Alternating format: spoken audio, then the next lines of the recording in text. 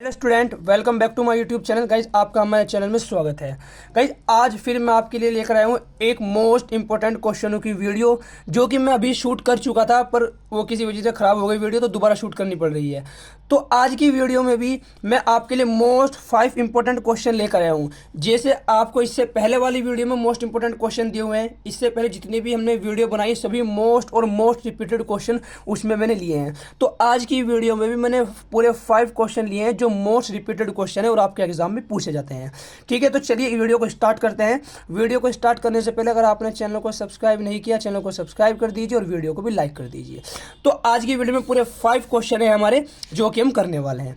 ठीक है, तो चलिए देखो, इससे जो नेक्स्ट वीडियो होगी उस नेक्स्ट वीडियो में आपके सभी जो चैप्टर हैं उनके मोस्ट इंपॉर्टेंट जो मोस्ट इंपॉर्टेंट है वो एमसीक्यू ले जाएंगे, पूरे आपके जितने भी देखेंगे सभी चैप्टरों से निकाल कर। तो नेक्स्ट वीडियो आपकी एमसीक्यू की होने वाली है।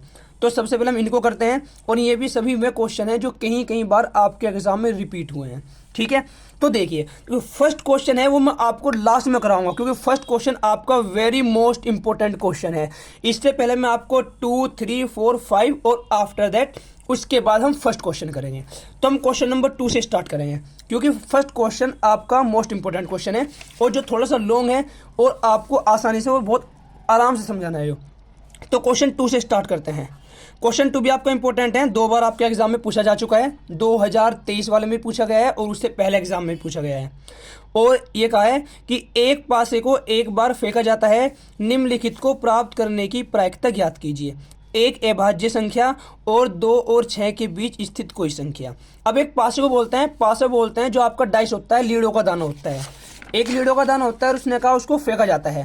देखो, लीडो का दाना हमें पता है कैसे होता है, हमारे पास ऐसे हमारे पास होता है और उस पर हमारे कुछ अंक अंकित होते हैं। 1 होता है, 2 होता है, 3 होता है, 4 हो जाता है, इधर 5, ठीक है, और यहाँ पर हमारा 6 हो जाएगा। ऐसे होता है। अब इसमें उसने कहा है अभाज्य संख्या आने की प्रायिकता। अब बात करते हैं, जो हमारा पासा होता है उसमें हमारी कुछ संख्याएं होती हैं, अभाज्य संख्या और भाज्य संख्या। अभाज्य संख्या कौन सी होती है? अभाज्य संख्या। अभाज्य संख्या वे होती हैं जो हमारी 2 से डिवाइड ना हो, ये तो 1 से डिवाइड हो या खुद से डिवाइड हो। अब हमें संख्या कौन सी है? 2, 3 और 5। अब ऐसी भाज्य संख्या कौन सी है इसमें पासे में? भाज्य संख्या हमारे पास होती है हमारी, एक तो होती है 4, एक होती है हमारे पास 6। भाज्य का मतलब है जो खुद से भी डिवाइड हो और 1 से भी डिवाइड हो। ठीक है, अब देखिए, इसमें हमें अभाज्य संख्या का पूछा है, तो ये तो हमें पूछा नहीं, इसमें हमें पूछा है अभाज्य संख्या का। तो सबसे पहले प्रायिकता के लिए हमें एक फॉर्मूला पता होना चाहिए। प्रायिकता निकालने के लिए फॉर्मूला होता है, प्रायिकता निकालने के लिए अनुकूल परिणाम। अनुकूल परिणाम, अनुकूल का मतलब है जो हमारे हक में होता है। अनुकूल परिणाम अपॉन में कुल परिणाम, कुल परिणाम। तो इसमें कुल परिणाम कितने होते हैं? एक डाइस में कुल कितने परिणाम हो सकते हैं? कुल परिणाम होते हैं 6। तो कितने परिणाम होते हैं? कुल परिणाम टोटल 6 तो होते हैं, 6 होते हैं। अब फर्स्ट में हमें फाइंड करना है अभाज्य संख्या आने की प्रायिकता। अभाज्य संख्या आने की प्रायिकता। तो अभाज्य संख्या हमारी कितनी होती है? अभाज्य संख्या होती है हमारी 2, 3 और 5, मतलब कि टोटल 3 होती हैं। कुल परिणाम कितने हैं? 6 हैं। तो हमें प्रायिकता निकालनी है, तो जो हमारे पास प्रायिकता होगी, तो अभाज्य संख्या आने की प्रायिकता, आने की प्रायिकता क्या हो जाएंगे? फॉर्मूला है अनुकूल परिणाम अपॉन में कुल परिणाम। कुल परिणाम कितने हमारे पास? 6 हैं और आ कितने सकते हैं? 3, तो 3, तो 3 1 जा 3 और 3 2 जा 6। तो जो आंसर आया 1/2। अब सेकंड पार्ट में क्या दिया हुआ है? सेकंड पार्ट में कहा है 2 और 6 के बीच स्थित कोई संख्या। 2 और 6 के बीच संख्या कौन सी होगी? तो सेकंड पार्ट में 2 और 6 के बीच संख्या, 2 और 6 के बीच संख्या कौन कौन सी होंगी हमारी? 2 और 6 के बीच हमारे पास संख्या होंगी 3 हो सकती है, 4 हो सकती है, 5 हो सकती है। बीच पूछा उसने, ना कि उसने दोनों को इंक्लूड किया। तो इन दोनों के बीच में कितनी संख्या हो सकती है? पूरी 3 संख्या हो सकती है। तो हमारे पास जो अनुकूल परिणाम है कितनी संख्या मिल सकती है? 3 मिल सकती है। तो हमें क्या फाइंड करना है? 2 और 6 के बीच संख्या आने की प्रायिकता। तो क्या हो जाएगा, सेम वही है, अनुकूल परिणाम अपॉन में कुल परिणाम। कुल परिणाम 6 है, अनुकूल कितने हैं 3 हैं, तो जो भी 3 कम 3 3 दूनी 6 और इसका भी आंसर 1/2 आया है। ठीक है, और ये क्वेश्चन आपका 4 नंबर का पूछा गया 2 से 3 बार। ठीक है, तो नेक्स्ट क्वेश्चन देखते हैं, क्वेश्चन नंबर 3, और ये भी आपका मोस्ट इंपॉर्टेंट है। तीनों आपका माध्यक निकालना, माध्य निकालना, माध्यिका निकालना और बहुलक निकालना, तीनों क्वेश्चन आपके हर बार 2 तो रिपीट होते ही हैं, 2 तो क्वेश्चन आते ही है, चाहे तो बहुलक और माध्यक निकल वाले, चाहे माध्यक या माध्य निकल वाले। तो यहाँ हमें निकालना है माध्यक। अब माध्यक निकालने के लिए सबसे पहले हमारे पास फॉर्मूला होना चाहिए, हमें फॉर्मूला पता होना चाहिए कि माध्यक निकालने के लिए हमारे पास फॉर्मूला कौन सा है। ठीक है, तो सबसे पहले मैं आपको फॉर्मूला ही बता दूं माध्यक निकालने के लिए। तो क्वेश्चन नंबर 3, पहले हम फॉर्मूला ही लिख लेते हैं। माध्यक निकालने के लिए हमारे पास फॉर्मूला होता है माध्यक बराबर L plus N/2 minus CF upon में F और मल्टीप्लाई में H। ये हमारा माध्यक निकालने के लिए फॉर्मूला होता है। अब बताऊंगा आपको कैसे कैसे हम इसको निकालेंगे। तो सबसे पहले जो क्वेश्चन दिया हुआ हम इसको लिख लेते हैं हमारा, और ऐसे ही टेबल बना के आपको सॉल्यूशन भी करना है इसका। तो सबसे पहले हम टेबल बनाते हैं। हमें सबसे पहले दिया है वर्ग अंतराल, वर्ग अंतराल, वर्ग अंतराल कितना दिया हुआ है हमें, वर्ग अंतराल हमें दिया हुआ है 40 से 45, 40 से 45, 40 से 45, 45 से 50 और 50 से 55 और 55 से आपका 60 और 60 से आपका 65, 65 से आपका 70 और 70 से आपका 75। ये वर्ग अंतराल दिया हुआ है। और जो हमें बारंबारता दी हुई है, बारंबारता क्या है हमारे पास, बारंबारता। ठीक है, बारंबारता हमारे पास हैगी 2 3 8 2 3 8 6 6 3 2। अब याद रखना, इसमें सबसे पहले हमें निकालनी होती है संचयी बारंबारता। क्या निकालेंगे सबसे पहले, सबसे पहले हम फाइंड करेंगे संचयी बारंबारता। अब संचयी बारंबारता निकालते कैसे हैं, हम निकालेंगे सबसे पहले संचयी बारंबारता, मतलब कम्युलेटिव फ्रीक्वेंसी, इसको बोलते हैं एफ, जो बारंबारता होती है। अब वो कैसे निकालते हैं, वो निकालने का तरीका है, सबसे पहले जो मेरे पास बारंबारता है उसको सेम लिखो, 2 है तो यहाँ 2 का 2 आ जाएगा। फिर नेक्स्ट लिखने के लिए इस वाले को इस वाले में ऐड कर देते हैं, 3 और 2 5। उसके बाद इसको इसमें ऐड करेंगे तो कहें 5 और 8 13। फिर इसको इसमें ऐड करेंगे तो कितना हो जाएगा हमारे पास 19। फिर इसको इसमें ऐड करेंगे तो कितना हो जाएगा हमारे पास 25। फिर इसको इसमें ऐड करेंगे तो कितना हो जाएगा हमारे पास 28। और फिर इसको इसमें ऐड करेंगे तो कितना हो जाएगा हमारे पास 30। ये निकल के आ गया हमारे पास। अब हमें निकालना हो तो क्या होता है, हमारा क्वेश्चन सबसे पहले स्टार्ट होता है n/2 से, n/2 निकालना होता है। अब n/2 हमारा निकलता कैसे है, n/2 हमारा निकलता है जो इन सभी का सम होता है, मतलब कि जो हमारे पास समेशन f होता है, क्या होता है, जो समेशन f होता है उसको ही n बोलते हैं।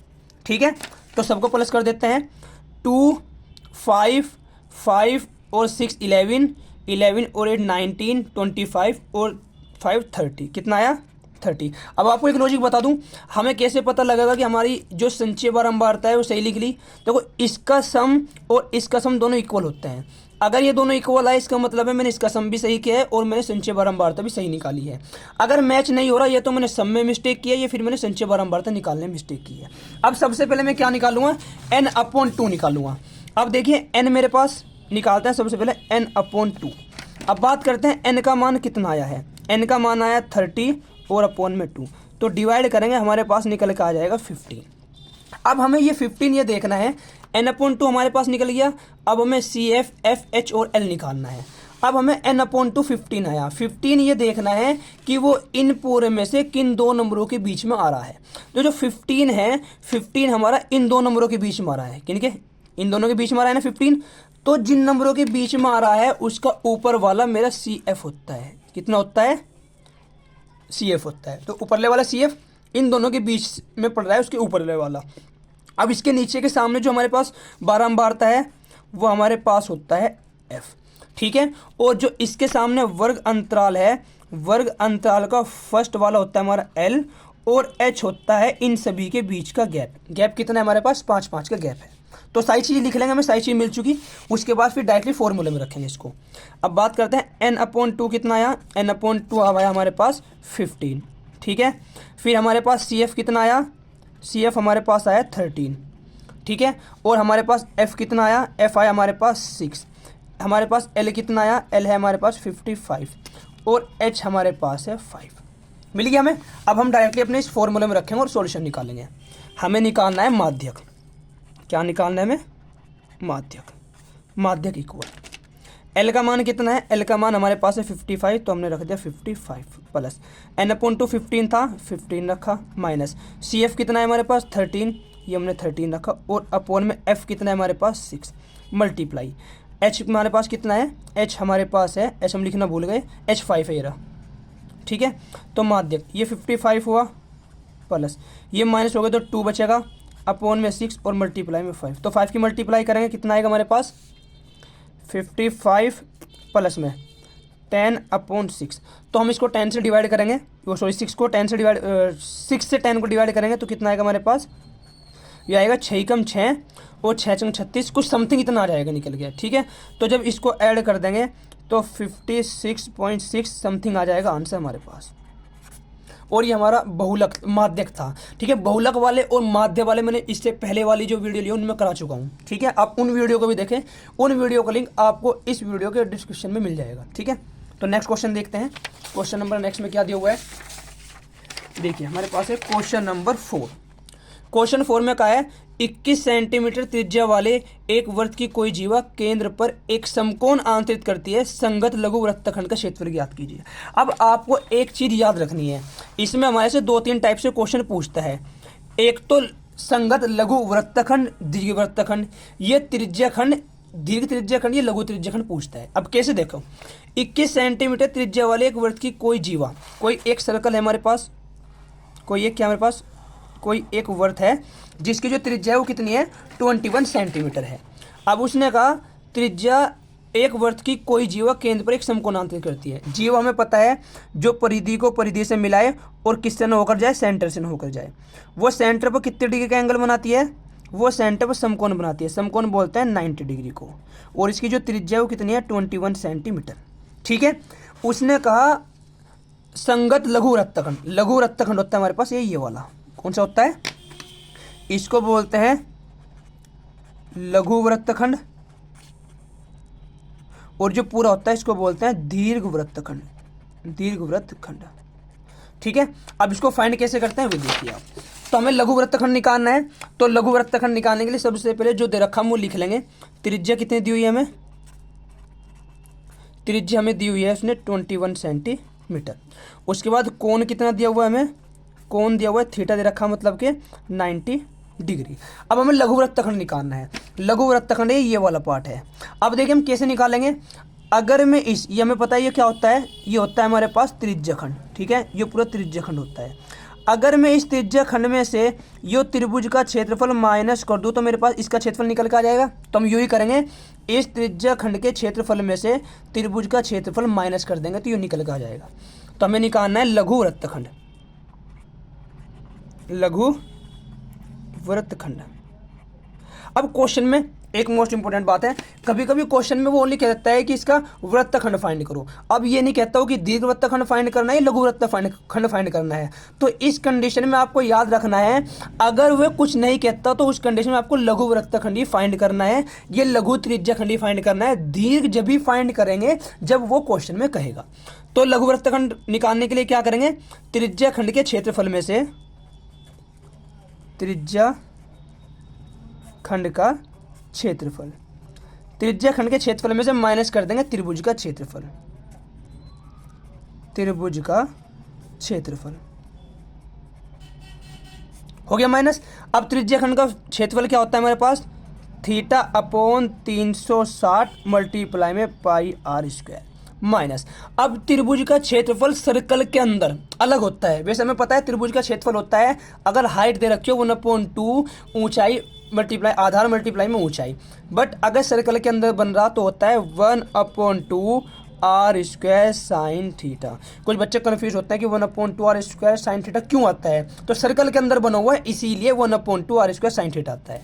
तो वैल्यू रखेंगे अब इसमें, थीटा का मान कितना है 90, ये रख दिया, अपॉन में 360, मल्टीप्लाई में पाई का मान हमें पता है 22/7, आर हमारे पास 21 है इसका स्क्वायर, 1/2 आर की जगह रखा 21 का स्क्वायर और साइन 90।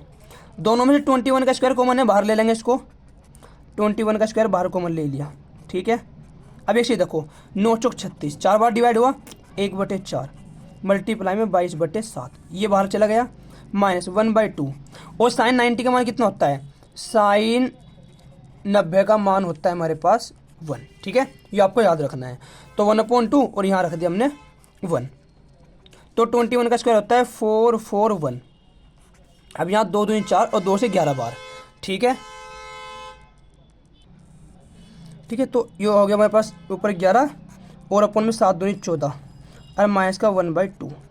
अब हम क्या करेंगे, हम इसका एलसीएम ले लेंगे, 441 एलसीएम आ गया हमारे पास 14, तो ये तो 11, 2 7 14 माइनस का 7 और अपॉन में 14 है हमारे पास। तो 441 मल्टीप्लाई में कितने बच्चे हमारे पास 4 और अपॉन में 14। तो हम क्या करेंगे, इस केस में मल्टीप्लाई करेंगे कि 441 मल्टीप्लाई में हमारे पास 4 अपॉन में 7, सॉरी अपॉन में 14। तो इसकी क्या करेंगे, इस केस में मल्टीप्लाई करेंगे, इसमें 14 डिवाइड कर देंगे और हमारा आंसर निकल के जाएगा, ठीक है। चलिए नेक्स्ट क्वेश्चन देखते हैं। क्वेश्चन नंबर नेक्स्ट में क्या दिया हुआ है, ठीक है, और क्वेश्चन नंबर नेक्स्ट भी आपका इंपॉर्टेंट क्वेश्चन है। ये कहा उस एपी के प्रथम 51 पदों का योगफल ज्ञात करना है, जिसके योगफल ज्ञात करना है, याद रखना हमारे पास योगफल का और ओनली पदों का फॉर्मूला अलग अलग है। योग ज्ञात करना है जिसके दूसरे और तीसरे पद, दूसरे और तीसरे पद का मतलब है A2 और A3, ठीक है, A2 A3 क्रम से 14 और 18 है। तो क्या दिया हुआ है क्वेश्चन में, जो 5 क्वेश्चन है, एपी का योग फाइंड करना है। अगर हमें प्रथम 51 पदों का योग, तो योगफल के लिए फॉर्मूला क्या होता है, योग के लिए फॉर्मूला होता है हमारे पास, मतलब इसको बोलते हैं SN, N/2 2A plus N-1 into D, ये हमारे पास फॉर्मूला होता है। अब देखिए, अगर मुझे 51 पदों का निकालना है तो n का मान तो 51 दे रखा है, जो n है, n पता है, ना तो a पता ना d पता, तो a और d वो कहाँ से निकलेगा, मैं इन दो से निकलेंगे, ठीक है। तो सबसे पहले हमें क्या दिया हुआ है, जो गिवन है, हमें गिवन दिया हुआ है A2 और A3। A2 कितना दे रखा, A2 हमें दिया हुआ है उसने 14 और A3 दिया हुआ है 18, ठीक है। अब यहाँ से फाइंड करेंगे इनको। तो A2 हमें पता है फॉर्मूला क्या होता है, AN के लिए, AN के लिए हमारे पास फॉर्मूला होता है A plus N-1 into D, ये होता है। तो लगा देंगे, A2 दिया हुआ है तो A2 हो जाएगा A प्लस N की जगह 2 -1 इंटू D, ठीक है। और A2 का मान 14 दिया हुआ है, तो A प्लस 2 में से बन गया D इक्वल में 14, इक्वेशन फर्स्ट बनेगी, इक्वेशन फर्स्ट। A से A3 दिया हुआ है, तो A3 का मतलब हो जाएगा A plus 3 -1 into D। A3 का मान कितना दिया हुआ 18, तो A प्लस 2D इक्वल में 18, और इक्वेशन नंबर सेकंड हो गई हमारे पास, दोनों इक्वेशन मिल गई। अब समीकरण 1 व 2 को क्या कर देंगे, हल कर देंगे। समीकरण 1 व 2 को हल करने पर, समीकरण 1 व 2 को हम हल कर देंगे, करते हैं। चलो, समीकरण 1 है A प्लस D इक्वल में 14 और यह है A प्लस 2D इक्वल में 18। तो minus minus minus A cancel हुआ, एक D में 2D में से एक D गया तो माइनस का D बचा, और यहाँ बचे माइनस का 4, माइनस से माइनस कैंसिल, D का मान आ गया 4, ठीक है। D का मान 4 निकला। D का मान कोई सी भी इक्वेशन में रख देंगे, D का मान समीकरण 1 में रख देंगे, 1 में। फर्स्ट इक्वेशन हमारे पास क्या है, A प्लस D इक्वल में 14, तो A D की जगह 4 इक्वल में 14, तो A बराबर 14 माइनस 4, तो A का मान कितना आया, A का मान आया 10, निकल गया A का मान। अब हमें निकालना है 51 पदों का योगफल, ठीक है, हमें निकालना है S51 पूछा है, 51 में पूछा है ना, 51 पदों का योग। तो 51 के लिए फॉर्मूला बताया अभी आपको, n/2, n का मान 51 है, तो क्या हो जाएगा 51/2, 2, a की जगह 10 प्लस n की जगह 51 minus 1, d minus 1, n minus 1, और d की जगह है हमारे पास 4, ये हुआ। तो 51 में कितना हुआ 2, 10 दूनी 20 प्लस ये हमारे पास कितना हुआ 50 मल्टीप्लाई में 4, तो 51/2 ये हुआ हमारे पास 20 प्लस 5 चौक 20 मतलब 200 हुआ। तो जब इसको हम ऐड करेंगे तो कितना हो जाएगा हमारे पास 51/2 मल्टीप्लाई में 220, तो 2 से 11 करेंगे 110 आएगा। तो हमारे पास आया 51 मल्टीप्लाई में 110, तो मल्टीप्लाई करते 11 कम 11 का 21 लग गया 1, 11 पंजे 55 और 1 56 और 0, ये हमारे पास इस क्वेश्चन का आंसर है। ठीक है, ये हमारे पूरे 5 क्वेश्चन हुए। अब हम करेंगे हमारा फर्स्ट क्वेश्चन, जो कि हमारा मोस्ट इंपॉर्टेंट क्वेश्चन है। ठीक है, तो देखिए हम इस क्वेश्चन को कैसे करेंगे। तो फर्स्ट क्वेश्चन में कहा है समान ऊंचाई के 2 स्तंभ 100 मीटर चौड़ी सड़क के दोनों ओर स्थित हैं। सड़क पर स्थित किसी बिंदु से स्तंभों के शिखर के उन्नयन कोण 60 और 30 हैं। स्तंभों के बीच बिंदु की स्थिति तथा प्रत्येक स्तंभ की ऊंचाई ज्ञात कीजिए। वही कह रहा समान ऊंचाई के 2 स्तंभ 100 मीटर चौड़ी सड़क के दोनों ओर स्थित हैं। मतलब ये कहा है कि दो कोई भी स्तंभ है, एक स्तंभ यह है और एक स्तंभ यह है, जो दोनों समान ऊंचाई के हैं, और जो ये सड़क है इसकी जो चौड़ाई दे रखी वो हमें दी हुई है 100 मीटर। कितनी 100 मीटर दी हुई है पूरी की इसकी, और ये कहा दोनों समान ऊंचाई के हैं। अब सड़क पर स्थित किसी बिंदु से स्तंभों के शिखर के उन्नयन कोण 60 और 30 है। अब उन्नयन कोण किसे बोलते हैं? उन्नयन कोण हमारा जो होता है जो नीचे से खड़े होकर ऊपर की साइड देखा जाए, कि अगर हम किसी चीज़ को नीचे से खड़े होकर ऊपर की साइड देख रहे हैं तो जो नीचे से एंगल बनता है वो होता है उन्नयन कोण। ये जो नीचे से एंगल बना इसको बोलते हैं उन्नयन कोण। अब उसने कहा इसके सड़क के किसी एक बिंदु से, मैंने मान लिया कोई एक बिंदु यहाँ है, बीच में मैंने क्यों नहीं लिया? क्योंकि दोनों उन्नयन कोण 60 और 30 है, मतलब कि एक छोटा है और एक बड़ा है। अगर बीच में लूँगा तो दोनों इक्वल हो जाएंगे। अब एक तो उन्नयन कोण ये बनना यहाँ पर, और एक उन्नयन कोण बना हुआ हमारे पास यू। अब बात है कौन सा हमारा 60 है और कौन सा हमारा 30 है। तो याद रखना अगर कोई चीज़ यहाँ से मैं खड़े होकर देख रहा यहाँ से, और किसी चीज़ को अगर मैं यहाँ से खड़े होकर देख रहा, तो जितनी नज़र हमारी ऊपर उठेगी उतना एंगल ज़्यादा होगा। तो यहाँ एंगल ज़्यादा होगा और यहाँ एंगल कम होगा, क्योंकि यहाँ पर नज़र कम उठानी पड़ेगी। ऐसे यहाँ पर नज़र कम उठानी पड़ेगी और यहाँ पर ज़्यादा उठानी पड़ेगी। तो ये हमारे पास हो जाएगा 60 डिग्री का और ये हमारे पास हो जाएगा 30 डिग्री का। अब हम इसको पॉइंट मान लेंगे A, B, C, D और E। अब उसने कहा फाइंड करने के लिए उसने क्या कहा, स्तंभों के बीच बिंदु की स्थिति तथा प्रत्येक स्तंभ की ऊंचाई ज्ञात कीजिए। मतलब हमें ये कह रहा कि हमें फाइंड करना है एक तो ये दोनों जो स्तंभ है इनकी ऊंचाई, और साथ में ये जो बिंदु है इस बिंदु की यहाँ से यहाँ तक कितनी दूरी है और यहाँ से यहाँ तक कितनी दूरी है। अब हम एक चीज़ देखते हैं। देखो अगर मैं आपसे एक चीज़ पूछूं कि सपोज करो मेरे पास कोई एक लाइन है और ये पूरी 100 मीटर की है। कितने मीटर की है? पूरी 100 मीटर की है। और मैं कह रहा एक बिंदु यहाँ पर है और उसकी दूरी यहाँ से यहाँ तक 10 है। तो यहाँ से यहाँ तक बताओ कितनी होगी? तो आप क्या कहोगे 100 माइनस 10 इक्वल में 90। मतलब यहाँ से लेके यहाँ तक कितनी हो जाएगी हमारी 90 हो जाएगी। ठीक है, ऐसे ही हमें ये पता है कि हमारी ये यहाँ से लेके यहाँ तक पूरी 100 है। अब मुझे ये नहीं पता कि यहाँ से यहाँ तक कितनी है और यहाँ से यहाँ तक कितनी है।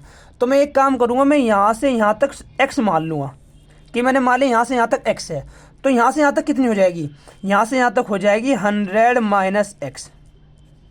यही होगी कि पूरे में से ये वाली माइनस कर देंगे तो ये वाली निकल के आ जाएगी। तो पूरी 100 थी, 100 में से x माइनस करो तो हमारे पास ये वाली निकल के आ गई। ठीक है, दोनों मिल गई। अब हम सबसे पहले क्या लिखेंगे? फर्स्ट क्वेश्चन है, ठीक है, और जो आपका मोस्ट इंपोर्टेंट क्वेश्चन है। सबसे पहले हम लिखते हैं, इसमें हमने दोनों स्तंभों की ऊंचाई क्या मान ली? h मान ली कि इसकी भी ऊंचाई h है और इसकी भी ऊंचाई हमारे पास क्या है? h है। तो हम लिख देंगे कि माना स्तंभों की ऊंचाई, माना स्तंभों की ऊंचाई हमारे पास क्या है? h मीटर है। ठीक है, अब सबसे पहले हम त्रिभुज करेंगे ए बी सी में। तो फर्स्ट ऑफ ऑल त्रिभुज ए बी सी में हमें थीटा कितना दिया हुआ है? एंगल हमारे पास कितना है? 30 डिग्री। और जो हमारे पास बी सी है, बी सी हमारे पास हैगा 100 माइनस x। ठीक हो गया। अब इन चीज़ में निकालने के लिए क्या तरीका होता है, जो चीज़ हमें पता होता है उसको रखते हैं हम ऊपर, और जो हमें फाइंड करना है उसको रखते हैं नीचे। अब ये तो हमें पता है, ये हमें नहीं पता, तो बी सी को रखेंगे हम ऊपर, बी सी को रखेंगे ऊपर, और जो हमारे पास ए बी है ए बी को रखेंगे नीचे। अब हमें पता है आधार, ऊपर आधार है नीचे लंब है, तो आधार बटे लंब हमारे पास होता है कोट थीटा। हो गया कोट थीटा। तो बी सी का मान हमारे पास कितना है 100 minus x upon A B का मान हमारे पास है एच, और कोट 30, और कोट 30 का कितना मान होता है, तो 100 माइनस एक्स अपॉन में एच, कोट 30 का मान होता है हमारे पास √3। तो क्रॉस मल्टीप्लाई करेंगे, √3 अपॉन में लाएंगे, एच को परे ले जाएंगे, तो हमारे पास एच इक्वल हो जाएगा 100 माइनस एक्स अपॉन में √3। तो हमारे पास जो किसका मान निकल गया, ये हमारे पास अभी एच का मान निकल गया, ठीक है। जबकि हमें एच और एक्स दोनों के मान निकालने हैं, क्योंकि जब हमें एक्स मिल जाएगा तो मुझे पता लग जाएगा यहाँ से यहाँ तक कितनी दूरी है और यहाँ से यहाँ तक कितनी है। तो अब कौन से वाले त्रिभुज में, अब त्रिभुज सी डी ई में या ई सी डी में, तो कौन से त्रिभुज में, पुण्य त्रिभुज हमारे पास हो जाएगा ई सी डी में। क्या क्या चीज़ हमें दी हुई है, थीटा हमारे पास कितना है 60 डिग्री, और जो हमारे पास ये है सी डी, जो हमारे पास सी डी है वो हमारे पास एक्स है, ठीक है। तो जो चीज़ पता है उसको ऊपर, जो फाइंड करना है उसको नीचे। पता हमें ये है, ये नहीं पता, तो इसको ऊपर और इसको नीचे। तो मतलब डी सी ऊपर और हमारे पास जो डी ई है वो हमारे पास हो जाएगा नीचे। फिर वही आधार बटे लंब हमारे पास होता है कोट थीटा, रख दिया कोट थीटा। तो डी सी कितना है हमारे पास एक्स है, और डी ई हमारे पास एच है, इक्वल में कोट 60 डिग्री। तो एक्स अपॉन एच, कोट 60 का मान होता है 1 अपॉन √3। तो क्रॉस मल्टीप्लाई कर देंगे इसकी इधर और इसकी इधर, तो h इक्वल हो जाएगा √3x। मिल गया हमें h का मान, ये हमें मिल गया h का मान। अब हम एक काम करेंगे, इसको इक्वेशन नंबर फर्स्ट मान लेंगे और इसको इक्वेशन नंबर सेकंड मान लेंगे। आपको सेम डिक्टो ऐसे ही क्वेश्चन करना है, और इसका करने का आसान तरीका भी यही वाला है। हम क्या करेंगे, समीकरण 2 का मान समीकरण 1 में रख देंगे, जहाँ पर h है वहाँ पर x रख देंगे। तो समीकरण 2 का मान 1 में रखने पर, रख दो 1 में, h की जगह हम रख देंगे यहाँ पर √3x। हम h की जगह क्या रख देंगे √3x, और इक्वल में हमारे पास था 100 माइनस एक्स अपॉन में √3। तो क्रॉस मल्टीप्लाई हो जाएगी हमारी, क्या हो जाएगी, इसको इधर ले जाएंगे तो हो जाएगा √3 की √3 में करेंगे तो हमारे पास हो जाएगा 3x इक्वल में 100 माइनस एक्स, ठीक है। इसको इधर ले आएंगे तो क्या हो जाएगा 3x प्लस x इक्वल में 100। तो ये हुआ 4x इक्वल में 100, 4 से डिवाइड करेंगे तो 4 2 8, 4 5 20। इसका मतलब है x का मान हमारे पास 25 निकल के आया। कितना निकला हमारे पास x का मान, x का मान हमारे पास आ गया x इक्वल में 25। मिल गया हमें x का मान। अब h का निकालना है, h का निकालने के लिए क्या करेंगे, हम h का मान उठा के इक्वेशन नंबर 2 में रख देंगे तो h का मान निकल के आ जाएगा। तो समीकरण 2 से h इक्वल √3 और x की जगह 25 रखेंगे तो h का मान आएगा 25√3। ये हमारा h का मान आ गया। अब हमें दूरी बतानी थी, देखिए यहाँ से यहाँ तक हमारे पास 25 है, तो यहाँ से यहाँ तक कितने हो जाएगी हमारे पास 75। तो हम क्या लिख देंगे, हमें a जो DC है, DC कितनी आई, DC आई 25। हमें निकालनी है CD CB, ये BC है 100 माइनस x। तो 100 कितना है हमारे पास 100 ही, x है 25, ये आई निकल के 75। तो मतलब हमें दोनों की ऊंचाई भी पता लग गई और ये दूरी भी पता लग गई, ठीक है। और ये क्वेश्चन आपका मोस्ट इंपॉर्टेंट भी है और 6 नंबर का क्वेश्चन है, ठीक है गाइज। ये आपके पूरे 5 क्वेश्चन हो गए। तो नेक्स्ट वीडियो में मैं आपको कराने वाला हूँ मोस्ट इंपॉर्टेंट MCQ, ठीक है। मैं कितने होंगे वीडियो में बताऊंगा आपकी जो आने वाली होगी, और इससे पहले वाली वीडियो भी आप सारी वॉच करें, ठीक है, क्योंकि उन्हीं में सभी मोस्ट इंपॉर्टेंट क्वेश्चन मैंने ले रखे हैं, ठीक है गाइज। आपको वीडियो कैसी लगी कमेंट बॉक्स में बताएं, और अपने दोस्तों के साथ भी शेयर करें और चैनल को सब्सक्राइब करें। और गाइज जो बैकग्राउंड में थोड़ा वॉइस आ रही है उसको थोड़ा इग्नोर करें, क्योंकि रोड चला हुआ है, ठीक है। Thank you guys.